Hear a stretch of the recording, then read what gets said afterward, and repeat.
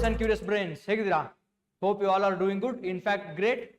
Now, ಈ ವಿಡಿಯೋಲಿ most important topics, ಯಾವ ಟಾಪಿಕ್ಸ್ ಇಂದ ಪಕ್ಕ ಕ್ವಶನ್ಸ್ ಬರುತ್ತೆ. ನಾನು ಅರೌಂಡ್ 7 to 8 ಟಾಪಿಕ್ಸ್ ಹೇಳ್ತೀನಿ. ಅದರಲ್ಲಿ 5 ಟಾಪಿಕ್ಸ್, ಅಟ್ ಲೀಸ್ಟ್ 5 ಟಾಪಿಕ್ಸ್ ಅಲ್ಲಿಂದ ಕ್ವಶನ್ಸ್ ಬಂದೇ ಬರುತ್ತೆ. ನೀವು ಹೇಳ್ಬೋದು ಸರ್ ಏನ್ ಸರ್ ಪ್ರತಿ ವಿಡಿಯೋಲು ಇದನ್ನೇ ಹೇಳ್ತೀರಾ, ಮೋಸ್ಟ್ ಇಂಪಾರ್ಟೆಂಟ್ ಹೇಳ್ತೀರಾ, ಬಟ್ ಬರುತ್ತೋ ಇಲ್ವೋ?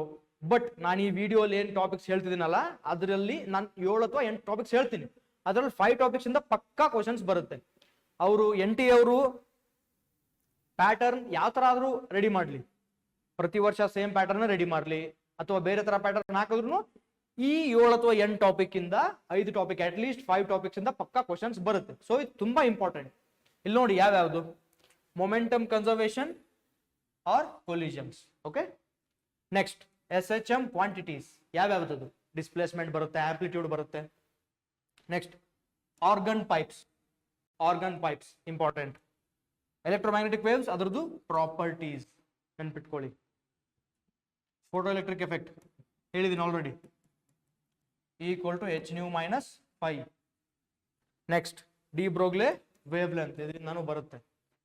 Last logic gates, semiconductors, logic gates ತುಂಬಾ ಇಂಪಾರ್ಟೆಂಟ್.